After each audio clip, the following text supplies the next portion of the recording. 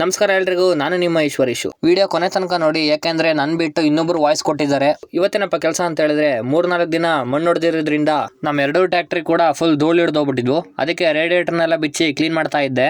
ಅಷ್ಟರಲ್ಲಿ ಹೇಮಂತ ಬಂದು ಇಟಾಚಿ ಹತ್ರ ಹೋಗೋಣ ಬಾ ಅಂತ ಕರ್ಕೊಂಡು ಹೊರಟ. ಇವಾಗ ಇಟಾಚಿ ಹರ್ಕೊಂಡು ಸೀದಾ ನೆಮ್ಮತಿ ಹತ್ರ ಇರೋ ಸಾಲ್ಬಾಳು ಅನ್ನೋ ಊರಿಗೆ ಹೋಗ್ತಾ ಇದೀವಿ. ಟ್ರ್ಯಾಕ್ಟ್ರಲ್ಲಿ ಇಟಾಚಿ ಹರ್ಕೊಂಡು ಹೋಗೋಷ್ಟರಲ್ಲಿ ಫುಲ್ ಸಾಕಾಗೋಯ್ತು.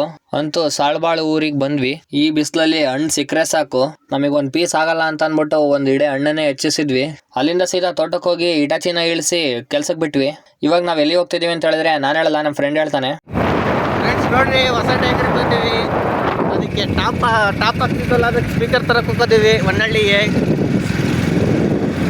ನಾವು ಹೋಗಿದ್ದೆ ಸೀದಾ ತುಮ್ಮಿನ ಕಟ್ಟಿಗೆ.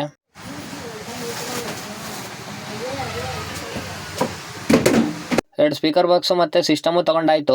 ಇಷ್ಟಕ್ಕೆ 6200 ರೂಪಾಯಿ ಆಯ್ತು. ಅದನ್ನ ತಗೊಂಡು ಸೀದಾ ಊರ್ ಕಡೆ ಹೊರಟ್ವಿ. ನಾವೀಗ ಊರ್ ಕಡೆ ಮನೇಲೆಲ್ಲ ಫೋನ್ ಮಾಡಿ ಬೈತಾ ಇದಾರೆ, ಎಲ್ಲಿ ಹೋಗಿರಿ ಅಂತ. ಇದಾಗಿತ್ತು ಇವತ್ತಿನ ದಿನಚರಿ.